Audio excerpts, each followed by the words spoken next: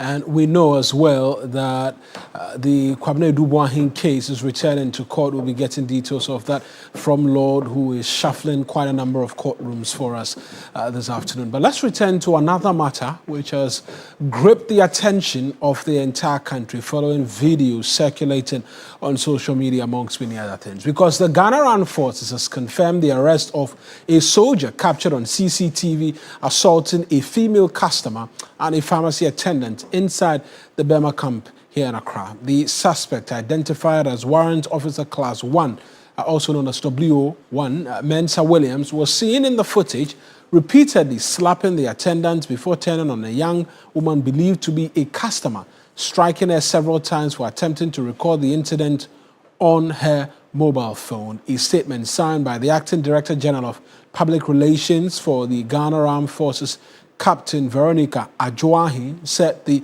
arrest was carried out at dawn today by military police personnel. The suspect is currently assisting with investigations. Now, according to the statement, the victims have received medical treatment and are also cooperating with investigators. He added that the Ghana Armed Forces does not condone any act of assault on civilians and will not shield any officer found culpable.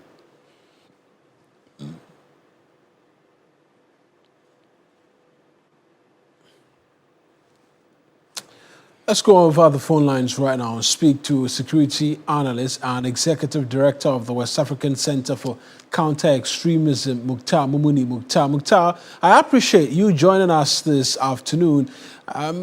There's a lot that's been said about this incident, but for you, what does this say about discipline and accountability within the country's security institutions, especially when such acts occur inside a high-security zone like the Burma camp? Well, first of all, the military is the most reputable institution of state that is known for the discipline in terms of conduct within the service and with the public. And so the fact has been established over decades. And so to see what we saw yesterday is a sharp contradiction in terms of what is expected of a military officer, either in uniform or in civilian attire. And I think that we need to be very firm in ensuring that that is appropriately addressed. And so far, we have seen the military police take action in terms of arrest and seeking to make him go through disciplinary process. I think that it's a huge blow in terms of the image of the military.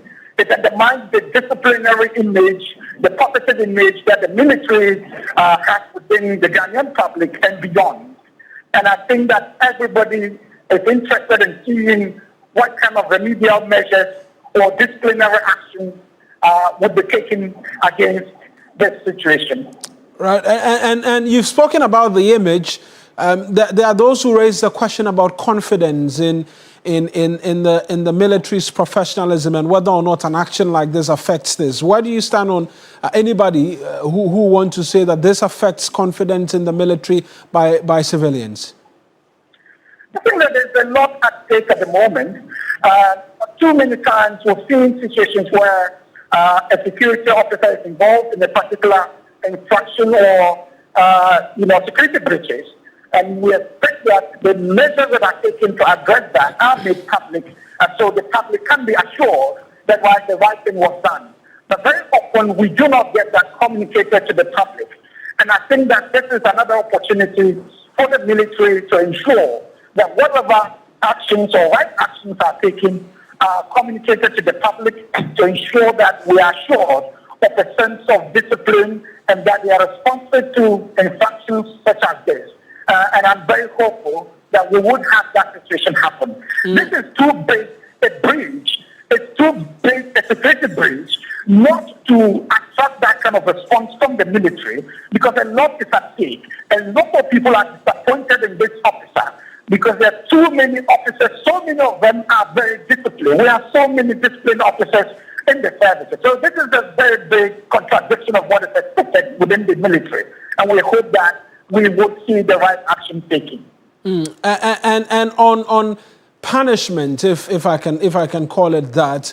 We've seen that he's been picked up by the military police. There are those who say that the subsequent processes should as well be made open to the generality of the public so that they can follow what it is that is done in terms of whether it is punishing him or whether or not he will be referred to the police to answer for the assault charges. That should be made public so that the generality of the populace can go along to see that indeed he is punished. That is one way to look at it. But also often within the military, the internal procedures when it relates to an officer within the service. And the military police is often involved in situations such as this. An important aspect that I expect in this case is that whatever measures are taken are communicated to the public in terms of outcomes of investigations as well as measures that have been taken, disciplinary measures that are taken against this officer. And I hope that what is going on would not be short of that. We would ensure, we want to ensure that we have that communicated to the public. In terms of what kind of measures should be taken, disciplinary measures should be taken against the officer, I think that I am unable to say what exactly the appropriate measure is. But the public is waiting to see what commensurate measures would be taken in terms of disciplinary measures to ensure that it assures the public that justice is done in this case. There are already some calls within the public requiring or asking the victims involved to resort to the law courts, to seek legal redress. And I think that many of this would be dependent on the outcomes of the military police's action regarding their investigations and disciplinary measures against him. Right then, Mukhtar, we'll leave it here, but I appreciate you speaking to us this afternoon. That's Mukhtar Mumuni Mukhtar. He's the Executive Director of the West African Center for Counter-Extremism.